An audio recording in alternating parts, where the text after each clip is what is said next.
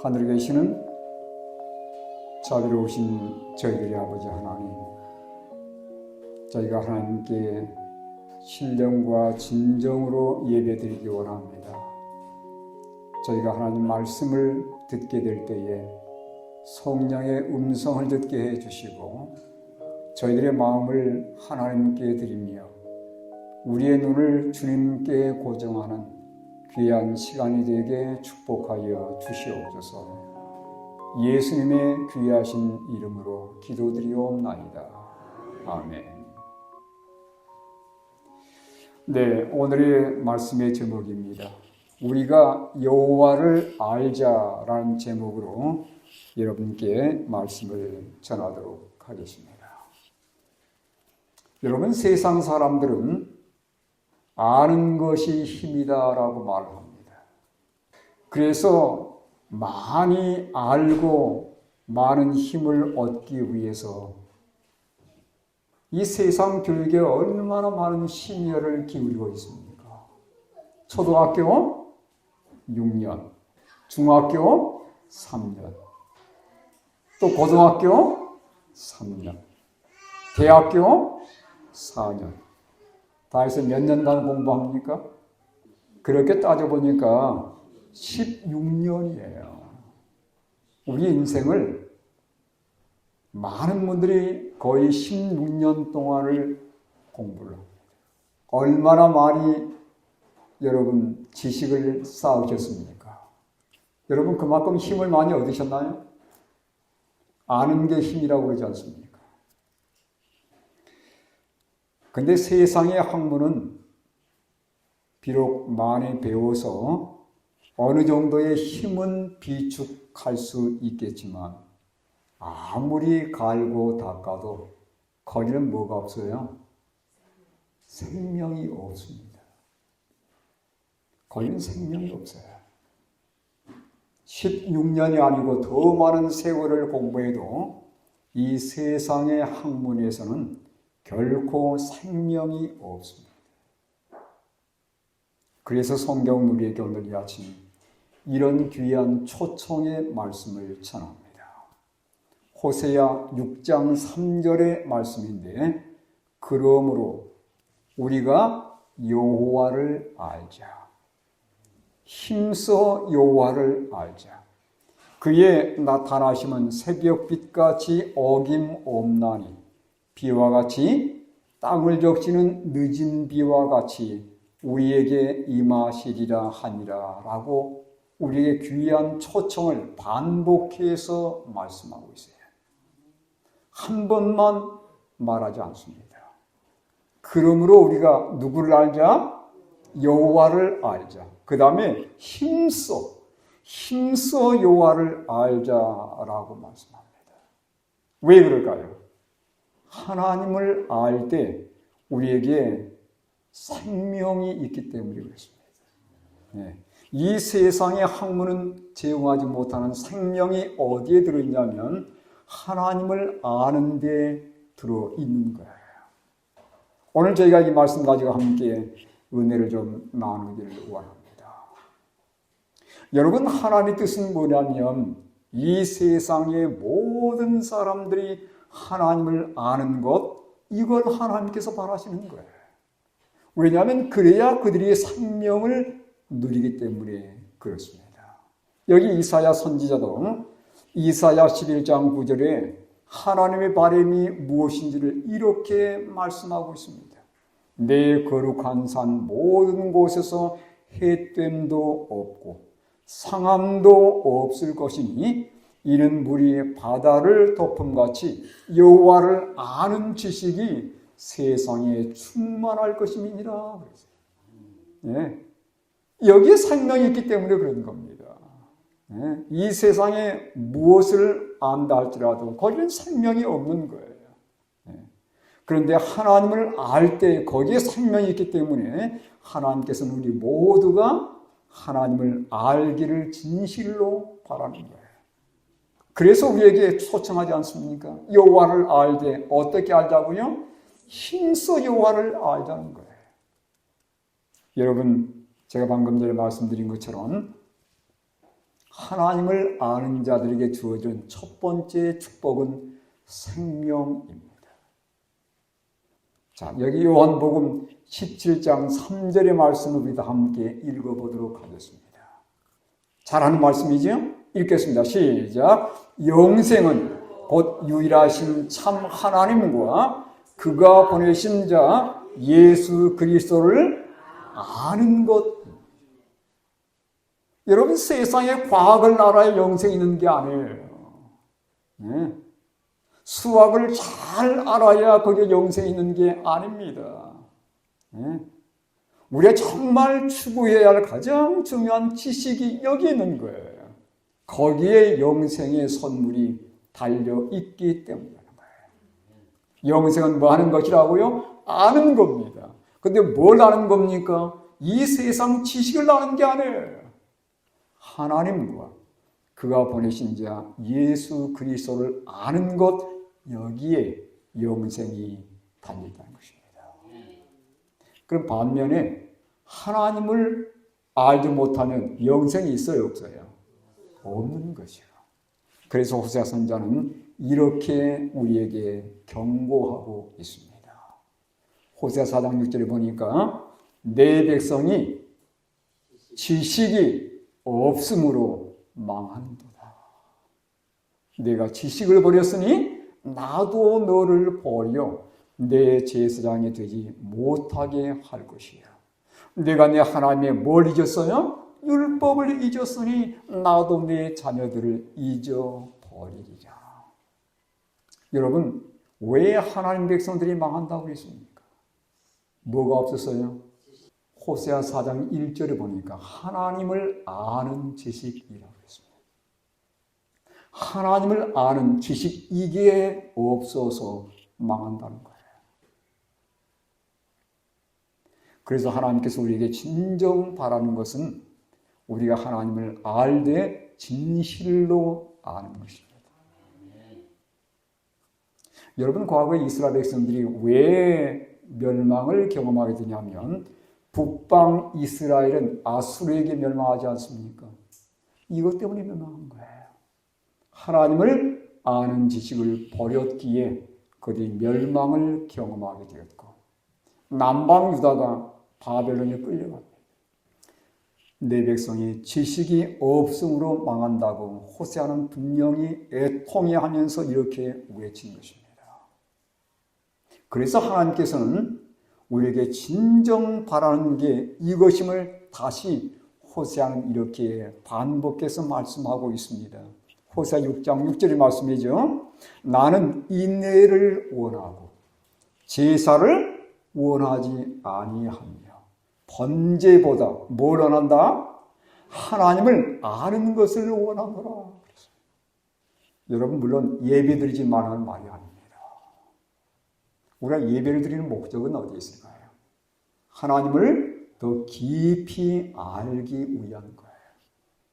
그러나 우리가 예배를 드리지만 하나님을 알지 못한다면 그것은 의미가 없다는 것입니다. 그건 그냥 마당만 밟는 거지요. 근데 목적을 잊어서는 안 되는 거예요. 그 목적이 뭡니까?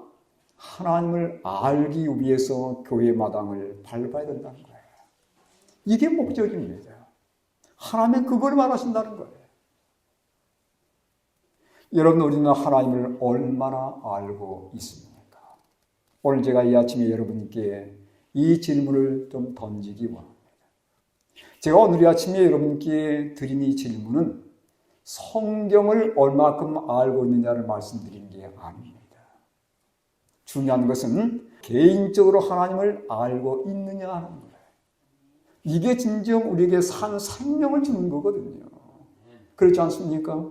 자, 하나님을 안다는 게 뭔지를 여러분, 성경은 이렇게 말씀하고 있습니다. 잘 보시기 바랍니다. 시편 34편 8절의 말씀이에요. 여러분, 하나님을 안다는 것은 이걸 의미하는 것입니다. 너희는 여호와의 선하심을 맛보아 알지어다. 그에게 피하는 자는 복이 있도다. 여러분, 하나님을 알되 어떻게 안다고요? 맛을 보아서 알라는 거예요. 여러분, 이론적인 지식을 말하는 게 아닙니다. 우리가 진정 우리 삶의 생명을 제공해주고 우리 삶의 변화를 가져오는 것은 이렇게 하나님을 만나서 아는 거예요. 맛보아하는 것입니다. 맛을 보아야 음식 맛을 아는 겁니다. 마찬가지예요. 하나님께서는 나를 너희가 알게 어떻게 알라? 맛을 보아서 알라고 말씀하세요. 우리가 이론적으로 하나님을 얼마든지 알 수 있습니다.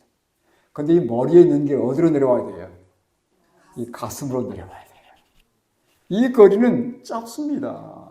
그런데 이 머리에 있는 게 이 가슴에 내려오기까지 십수년이 걸리는 분들이 계세요. 네. 이게 빨리 내려오지는 않는 겁니다. 가슴으로 예수님이 느껴지지 않는 거예요. 우리에게 생명을 주는 하나님을 아는 지식은 이 가슴에서 느껴지는 것이라야 되는 거예요. 이 영감의 글은 이것을 이렇게 표현하고 있습니다. 여기 교회를 위한 증언 33호 271쪽의 말씀인데, 우리가 필요한 것은 이론적인 지식이 아닙니다. 실험적인 지식, 다시 말하면 경험적인 안이라는 거예요. 경험적으로 하나님을 아는 겁니다. 맛보아하는 거예요.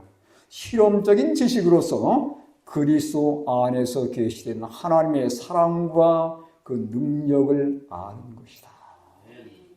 이게 진정으로 하나님을 아는 길이라는 것입니다. 여러분, 제가 성경에서 하나님을 잘 알았던 사람들을 좀 소개하기 원합니다. 근데 이 사람들은 어떤 평가를 받았는지를 잘 보시기 바랍니다. 사무엘상 2장 12절에 보니까 엘리의 아들들은 행실이 나빠 여호와를 알지 못하더라. 여러분, 예전 성경을 잠깐 볼까요?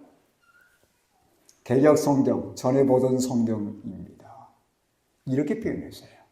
엘리의 아들들은 불량자라 여호와를 알지 아니하더라. 여러분, 엘리의 아들들의 직분이 뭐였습니까?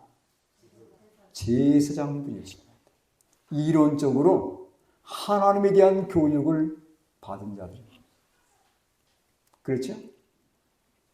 그러니까 이론적으로는 하나님을 누구보다도 잘 아는 자들이에요. 성경 퀴즈 봤다면 아마 이들이 언제나 100점 맞았을 겁니다. 근데 성경 뭐라고 말씀하세요? 그들이 여호와를 알았다라고 말씀합니까? 알지 못한다고 말씀합니까? 여러분, 이론적으로 아는 것은 의미가 없다는 거예요. 전혀 필요 없다는 건 아닙니다. 이 이론적인 지식이 내려와야 되는 거예요. 가슴으로. 예. 그런데 이 아들들은 그렇게 못한 거예요. 엘리의 아들들은 불량자라. 왜 그럴까요? 이론적으로 하나님은 알았지만 이 이론이 그들의 마음속에 깨달아지질 않았기 때문에 행동의 변화가 있었습니까? 없었습니다. 삶의 변화가 없었던 거예요. 그래서 성경은 뭐라고 판단하냐면 여호와를 알지 않은 것으로 판단한 것입니다. 얼마나 불행한 일입니까? 저는 우리 성도들이 이렇게 되지 않기를 간절히 바랍니다. 우리는 이 제7을 안수일 예수 재림교인들은요, 책의 백성들이라고 이렇게 불려요. 누구보다도 말씀을 많이 읽고 듣고 접하신 분들입니다.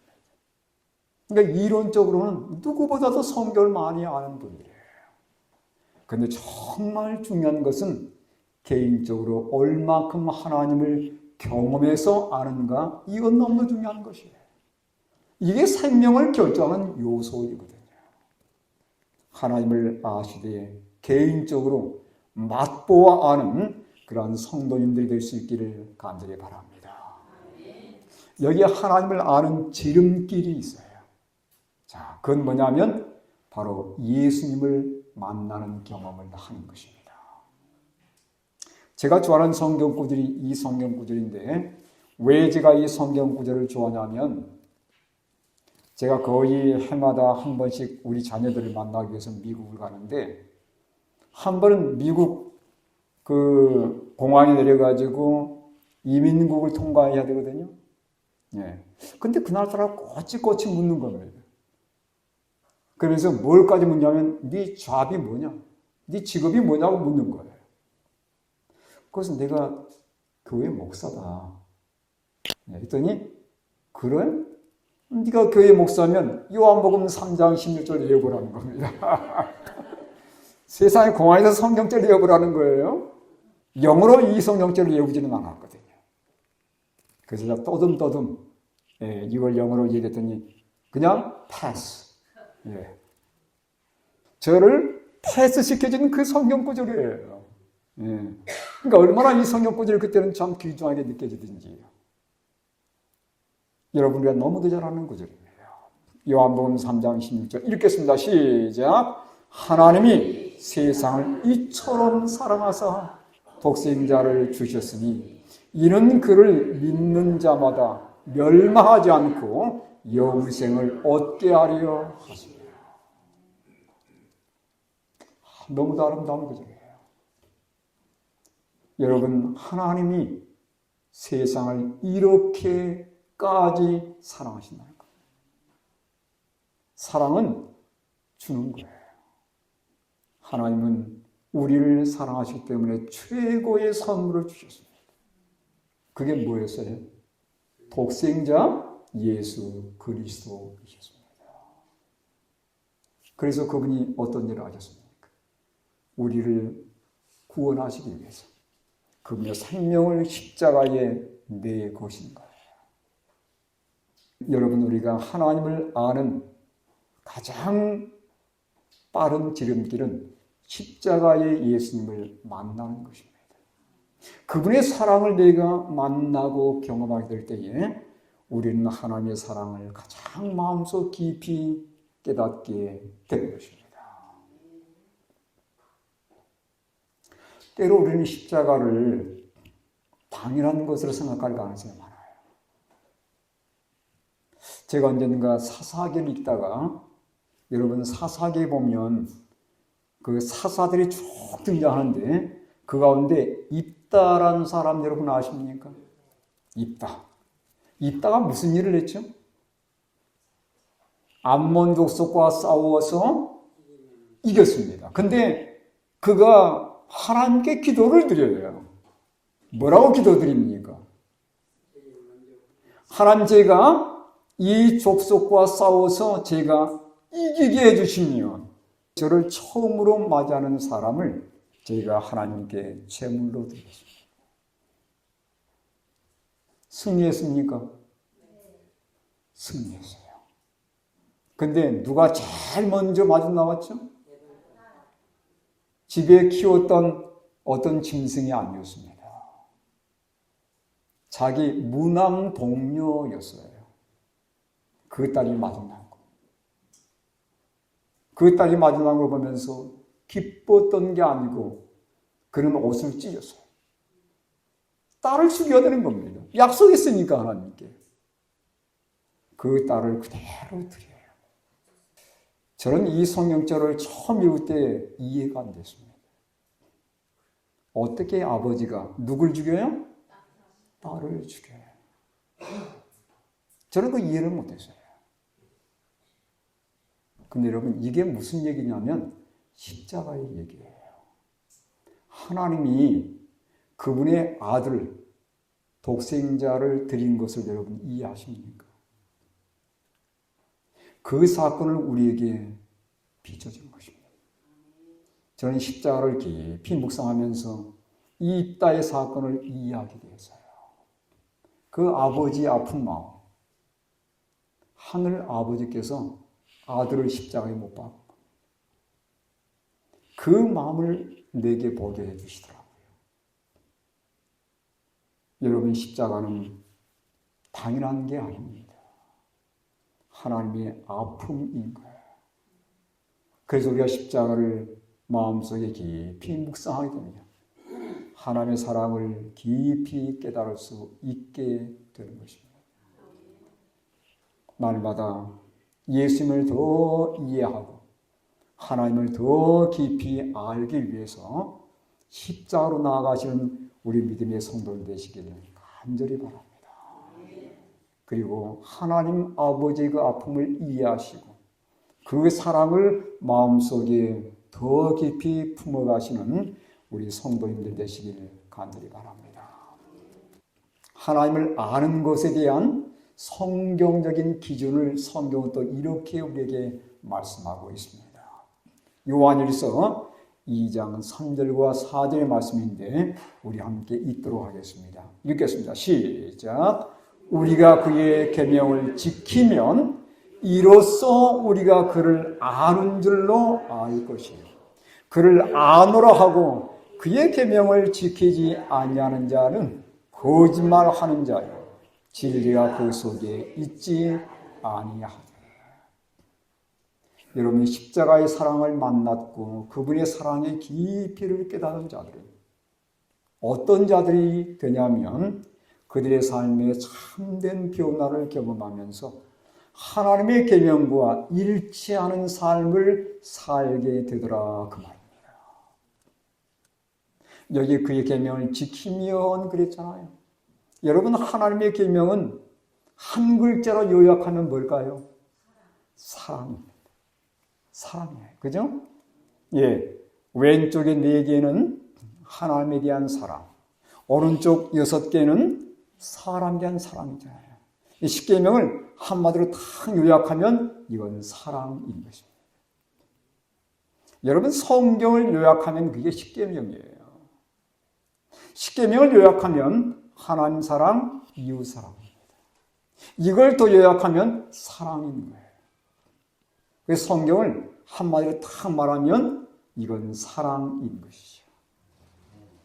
그래서 하나님께서는 우리에게 뭐라고 말씀하냐면 네가 진정 나를 알아? 그럼 너가 나를 안다는 증거를 보여봐. 이렇게 말씀하세요. 이게 뭐냐면 우리가 진정 그분의 십자가의 사랑을 깨닫고 우리 삶에 하나님에 대한 사랑은 물론이고 우리 가까이 있는 성도들까지 다 아우를 수 있는 사랑의 마음을 갖는 것입니다. 여러분 이 십계명의 원칙이 사랑이라는 것을 잊지 마시기 바랍니다. 우리가 하늘에 가면 간음하지 말라, 도둑질하지 말라 이런 계명은 없어요. 뭐만 남아있냐면 원칙만 남아있습니다.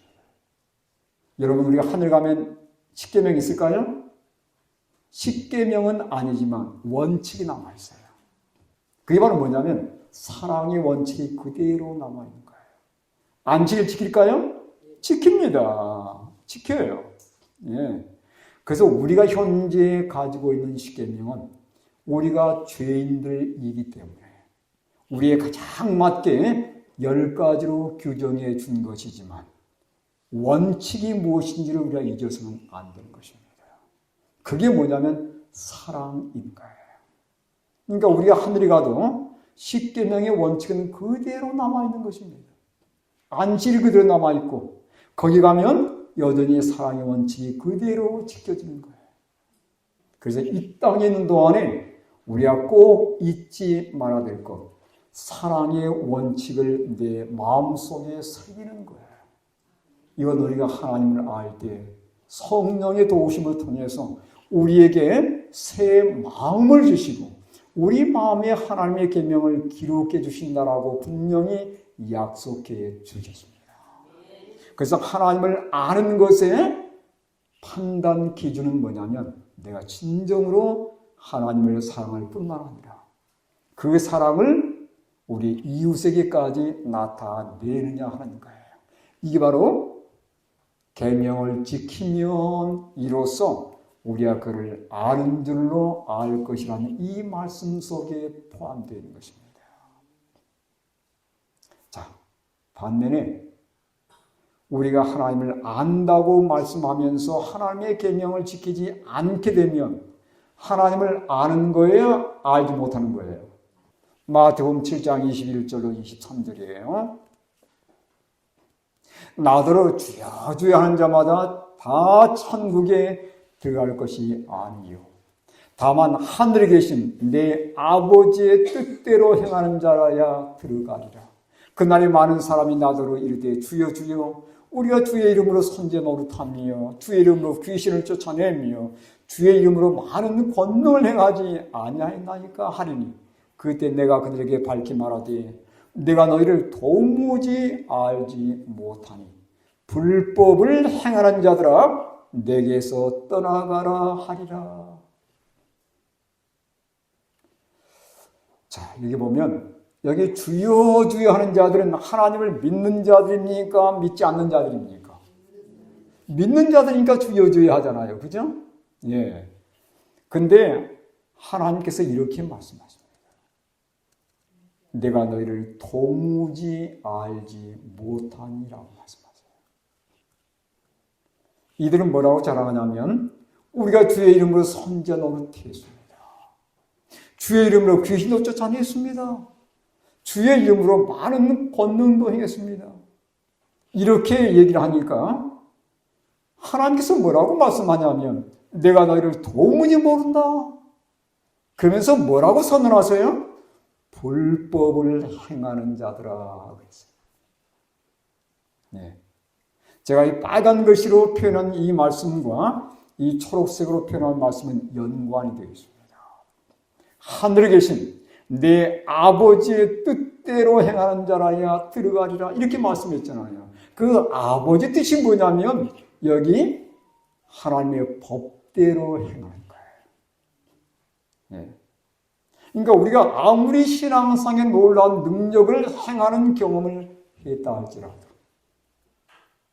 우리의 마음속에 하나님의 계명이 새겨져 있지 않다면 우리는 하늘에 들어갈 수 있는 자격이 없다는 의미가 되는 것입니다. 그런 사람을 예수님은 뭐라고 평가하냐면 나를 모르는 자라고 이렇게 말씀하신 거예요. 내가 너 몰라 그 말이에요. 여러분 우리가 하나님을 아는다고 고백하는 것도 중요하지만 누가 나를 알아줘야 되겠어요? 하나님이 나를 알아줘야 되지 않겠습니까? 그렇잖아요? 근데 하나님은 어떤 자를 안다고 말씀하냐면 진정 하나님을 사랑하고 진정 이웃을 아우르면서 포용하고 사랑하는 그들을 하나님의 계명을 지킨 자로 인정해 주시고 내가 너를 알아라고 말씀하는 겁니다. 저는 우리 마지막 때 정말 예수님의 재림을 기다리는 우리 성도들이 이러한 사랑을 꼭 개발할 수 있게 되길 간절히 바랍니다. 이러한 사랑을 이곳에서 맛본 자들이 결국 하늘로 그대로 옮겨지는 거예요. 왜냐하면 그들이 하나님의 계명을 지킨 자들로 인정을 받는 겁니다. 두 번째, 하나님을 아는 자들에게 주어지는 놀라운 또 한 가지 축복이 있어요. 이게 뭐냐면 늦은 비의 축복이라는 것입니다. 자, 호세아 6장 3절의 말씀 제가 다시 한번 읽겠습니다. 그러므로 우리가 여호와를 알자. 힘써 여호와를 알자. 그의 나타나심은 새벽빛같이 어김없나니 비와 같이 땅을 적시는 무엇같이요? 늦은 비와 같이 하나님이 우리에게 역사하는 거예요. 이게 바로 뭐냐면 늦은 비 성령인 겁니다. 늦은 비 성령이 어떤 자들에게 주어지는가? 힘써 여호와를 아는 자들에게 주어진단 말이에요. 여러분 우리가 십자가를 통해서 하나님의 사랑을 깊이 깨닫게 될 때에 우리의 삶에는 변화가 오게 되는 거예요. 그리고 하나님의 십계명의 원칙이 우리 마음에 새겨지게 되는 것입니다. 그러한 자들에게 뭐가 역사하는가? 늦은 비 성령이 마지막 때에 역사하게 되는 거예요. 여러분 늦은 비란 여러분 잘 아시는 것처럼 이게 바로 늦은 비입니다. 추수 직전에 내려서 곡식을 완전히 익게 만든 비, 이게 바로 늦은 비인 거예요. 성경에는 이 비를 다른 표현으로 무슨 비라고 표현했을까요? 이 곡식은 언제 추수하냐면 봄에 추수합니다. 그래서 이게 봄비라고 해요. 그래서 성경에 나오는 봄비는 늦은 비를 말하는 것입니다. 이스라엘 백성들이 요단을 건널 때, 그때 요단 강물이 넘쳤잖아요. 늦은 비 때문에 그렇습니다. 그때 바로 추수할 시기인 거예요. 늦은 비는 봄에 내리는 비라는 걸 여러분 꼭 기억하시고, 무엇을 위한 비냐면 곡식을 완전히 익게 만드는 마지막 비라는 걸 꼭 기억하시기 바랍니다. 자, 이 비는 우리에게 뭘 가르쳐 주냐면 이걸 우리에게 상징해 주는 거예요. 자, 늦은 비는 예수님이 뭐 하시기 전에, 재림하시기 전에 성도들의 성품을 완성시키기 위해서 부어지는 성령의 역사를 상징하는 거예요. 자, 그런가 확인해 보겠습니다. 여기 사도행전 3장 19절과 20절의 말씀입니다. 재림 전에 어떤 일이 있을 것인지 이렇게 분명히 말씀해 주는 내용인데, 그러므로 너희가 회개하고 돌이켜 너희 죄 없이함을 받으라. 이같이 하면 무슨 날요? 새롭게 되는 날이 주 앞으로부터 이를 것이요. 또 주께서 너희를 위하여 예정하신 그리스도 곧 예수를 보내리니. 이게 뭐예요? 이게 너희를 위하여 예정하신 그리스도 곧 예수를 보내시는 건 재림입니다. 재림 이전에 어떤 경험이 먼저 오게 되냐면 새롭게 되는 날의 경험이 먼저 오는 거예요. 이걸 뭐라고 화이프는 설명했냐면 늦은 비의 경험이다라고 설명하고 있습니다. 이 새롭게 되는 날의 경험은 늦은 비의 경험인 거예요. 이때 우리는 완전히 예수님을 닮는 경험을 하게 되는 거예요. 뭘 통해서요? 늦은 비를 통해서. 그들의 품성이 더 이상 흔들리지 않게 되는 겁니다. 어떤 유혹이 온다 할지라도, 어떤 박해가 온다 할지라도 그들은 더 이상 흔들리지 않게 된 거예요. 무엇의 덕분입니까? 늦은 비 성령의 역사 덕분인 것입니다. 자, 영감의 글을 잠깐 보겠습니다. 대정투 611쪽에 이렇게 말씀합니다. 복음 사업의 시초에 귀중한 씨앗의 발화를 위하여 성령을 부어주심으로 이름들을 주신 것처럼. 그 다음 보세요. 그 사업의 종말에는 뭘 주신다고요? 늦은 비를 주셔서 추수할 곡식을 뭐하게 만든다? 무르익게 하실 것이다. 익게 만드는 거예요. 자, 그 다음 말씀 잘 보세요. 이어지는 말씀입니다. 이것은 목사들에게 권하는 권면의 말씀인데 506쪽에 이렇게 말씀합니다. 곡식이 익는 것은 영혼 속에서 하나님의 은혜의 역사가 완성됨을 대표한다. 예수님의 형상을 완전히 반사하는 것입니다. 누가요? 마지막 때 예수님을 힘써 아는 자들이 이런 경험을 하게 되는 거예요. 성령의 능력으로, 이 믿음의 성령입니다. 하나님의 도덕적 형상이 품성 속에서 완전케 된다. 우리는 그리스도의 모습으로 온전히 변화되어야 한다. 여러분, 결코 오해하지 않게 되기 바랍니다. 그리고 여러분, 착각하지 않게 되기 바랍니다. 예수님이 재림하셔서 우리의 품성이 변화될까요? 아닙니다. 예수님의 재림하심으로 우리의 품성은 결코 바꿔지지 않습니다. 예수님 재림 전에 우리 품성이 변화돼야 돼요. 그래서 뭐가 주어지는 겁니까? 늦은 비가 주어지는 겁니다. 그런데 어떤 분들에게 이런 놀라운 은혜가 주어지냐면 하나님을 힘써 아는 자들에게 그리스도의 십자가를 통해서 하나님의 놀라운 사랑을 마음에 깊이 깨닫고 우리의 삶이 변화되고 우리의 품성에 하나님의 십계명의 원칙이 다 이렇게 기록이 되어가지고 하나님을 진실로 사랑하고 이웃을 사랑하는 백성들에게 결국은 늦은 비가 역사하게 될 것이고 그들이 더 이상 흔들리지 않게 완전히 변화시켜 버리는 것입니다. 이게 늦은 비 성령의 역사인 거예요. 이제 오늘 말씀 좀 정리하도록 하겠습니다. 하나님을 아는 것은 어떻게 아는 것이다? 지식으로 아는 것 아닙니다. 경험적으로 아는 거예요. 맛보아 아는 것, 이것이 하나님을 아는 것이라는 것을 결코 잊지 않게 되기를 바랍니다. 하나님을 아는 지름길은 뭐다? 그리스도의 십자가, 나를 위해서 생명을 버리시는 거 예수님. 내가 죽어야 되는데 그분이 대신 죽어준 거예요. 하나님을 아는 자들에게는 여러분 뭐가 주어진다고 했습니까? 영원한 생명이 주어진다고 제가 말씀을 드렸습니다. 뿐만 아니라 하나님을 아는 자들에게 주어지는 또 하나의 축복, 늦은 비가 분명히 약속되어 있다는 거 여러분 결코 잊지 않게 되길 바랍니다. 주님 오시는 그날을 위해서 준비되시는 마지막 성도들 되시기를 간절히 바라면서 오늘 말씀을 마치겠습니다.